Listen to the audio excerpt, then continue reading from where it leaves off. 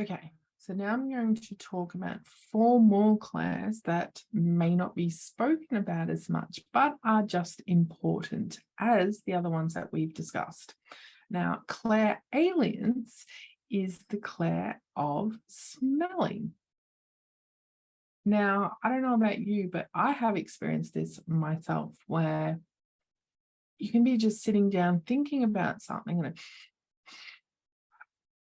you get a perfume of maybe the person you were thinking about, or you will get a memory flashback. You can suddenly smell smoke, or you can smell something disgusting if you're having a bad thought or something, or if you're trying to tune into something, it can alert you to the fact that this person is here, like grandpa with his cigar or something. And the different smells can take you back to different places. I know for me, sometimes if there's a certain smell, it's like, oh my God, that smell just reminded me of when I was 12 and I was doing this and doing that. So it can be a really great tool in conjunction with all the others, or it could be your main tool where you will just smell things. So you could smell something that's nice, it could be bad, it could be even a journey where if you were trying to tune into something or get some information for someone, you could be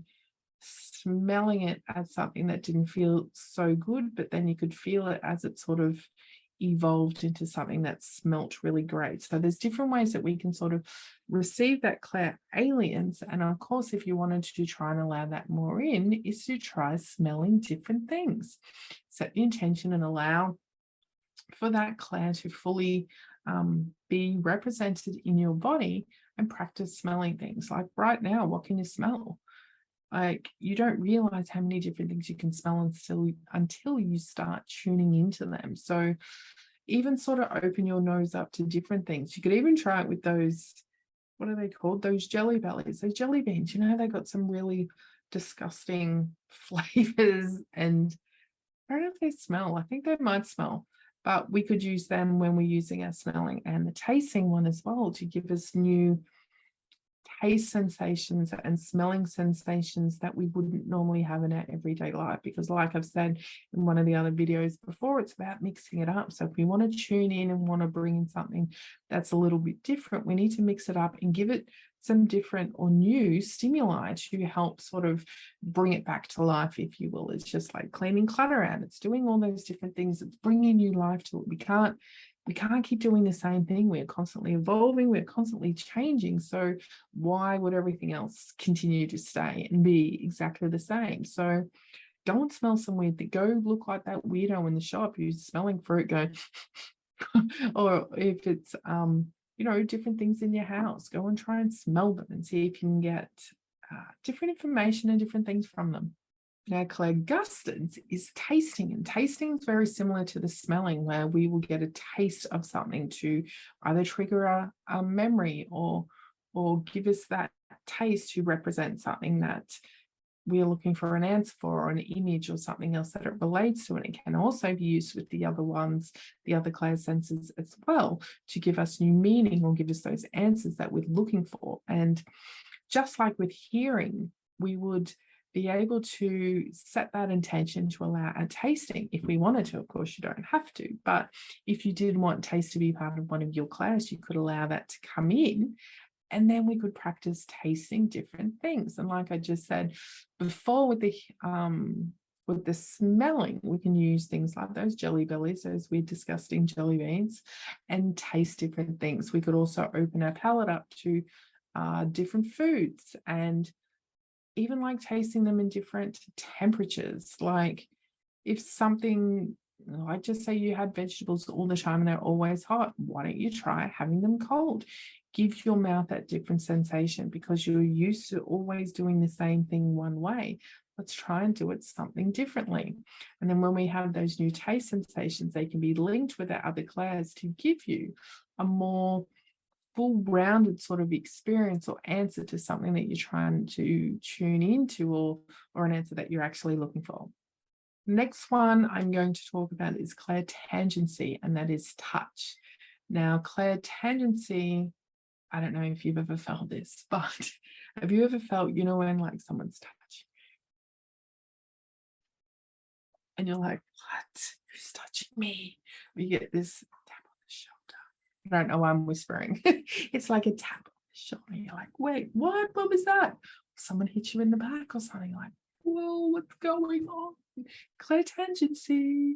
So, of course, like with all the other clairs, that can also be utilized with other ones as well. Sometimes it could even be someone from your team, your guides, your angels, your spirits, your God, whatever you connect to, also trying to get a message to you. Sometimes they can be conversing with you or really want to wake you up because you may be receiving something somewhere else and you're not tuning into it. And they go, oi, oi, you're not listening, or something like that. So it can be something that can alert you to something. It can also stop you from doing something. Like if you're walking and then suddenly you get this, oh, what? Like it might stop you. Maybe something will, like a car will drive past and it stopped you from getting hit by a car or something like that. So that would be something that if you wanted to allow it, of course, set the intention to practice allowing that more. I think you just have to be in that allowance state and call in whoever it is, whoever you work with, to say, I'm open to receiving touching, and let them know that if they do want to touch you in certain places that they can.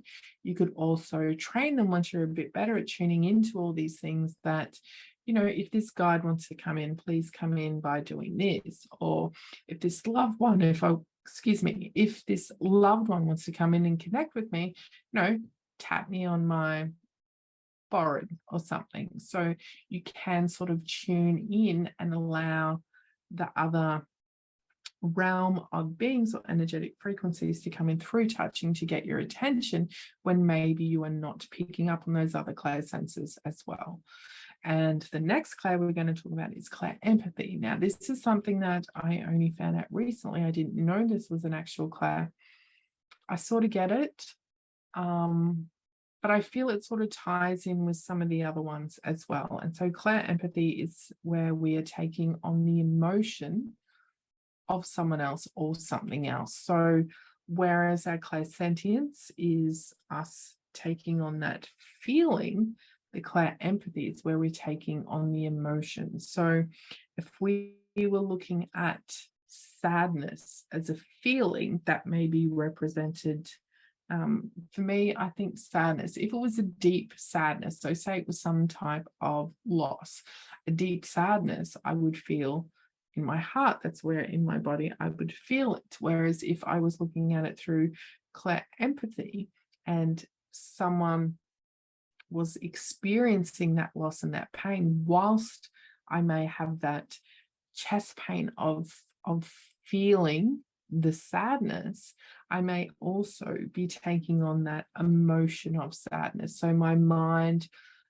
and the rest of my body, not just this feeling that I have of what it would feel like to have that loss, I'm taking on the emotion. So suddenly my mind is feeling sad, my body's sort of drooping, I'm sort of taking on that emotion type thing, even though when I tap into it, I go, oh, I feel really sad today, but I don't know what I'm sad about. I've got nothing to be sad about. That could be where you are taking on someone else's emotion, especially if you know, you were around some really heavy emotions, or you are more open to receiving other people's emotions and things like that. But I will be talking about that in here, more about sort of not absorbing as much as you can from other people. But that is what clair empathy is, and it can also be the same with the opposite end of those emotions, with the happiness as well. It could be, oh, my body's feeling happy, now I'm so happy, and it's like, hang on a minute, why am I so happy? What's going on? Even though I do feel like that all the time, but sometimes you can take it on just because you're in the energy of someone else, and that's what's making you feel happy. It's because they are, because you know what it's like, you know, when you go and meet friends or new people or workplace or whatever it is, and the energy of the room is, you're all going to be like that, right? You, if you are not fully in tune with allowing yourself to be yourself at all times, then you're going to absorb that. You're going to be like this as well. And that's the same as when you're in that high vibe energy. Like, just say, you know, when you see all those Or if you go to the gym and you watch those workouts with those really highly pumped people go, yes, yes, yes. Like I even watch those videos and I'm like, yeah, I'm doing it, because you're absorbing that, you're feeling that, you're sensing that. So that's one of the clairs. Actually, it's the last of the clairs that I'm actually going to talk about. So actually, I'll do a wrap up in the next video.